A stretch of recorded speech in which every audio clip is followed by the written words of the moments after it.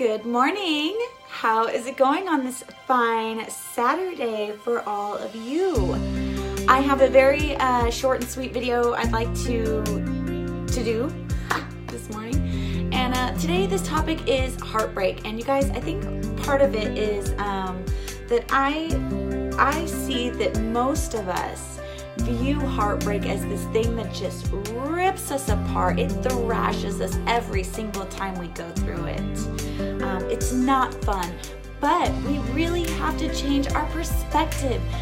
When I really thought about this on my run and my experiences with it, I realized that every single heartbreak I have ever gone through has only served the purpose to mend my heart, to build it and make it stronger. When you view it like that, then you can go forward and move on. And that's what I encourage all of you to do today.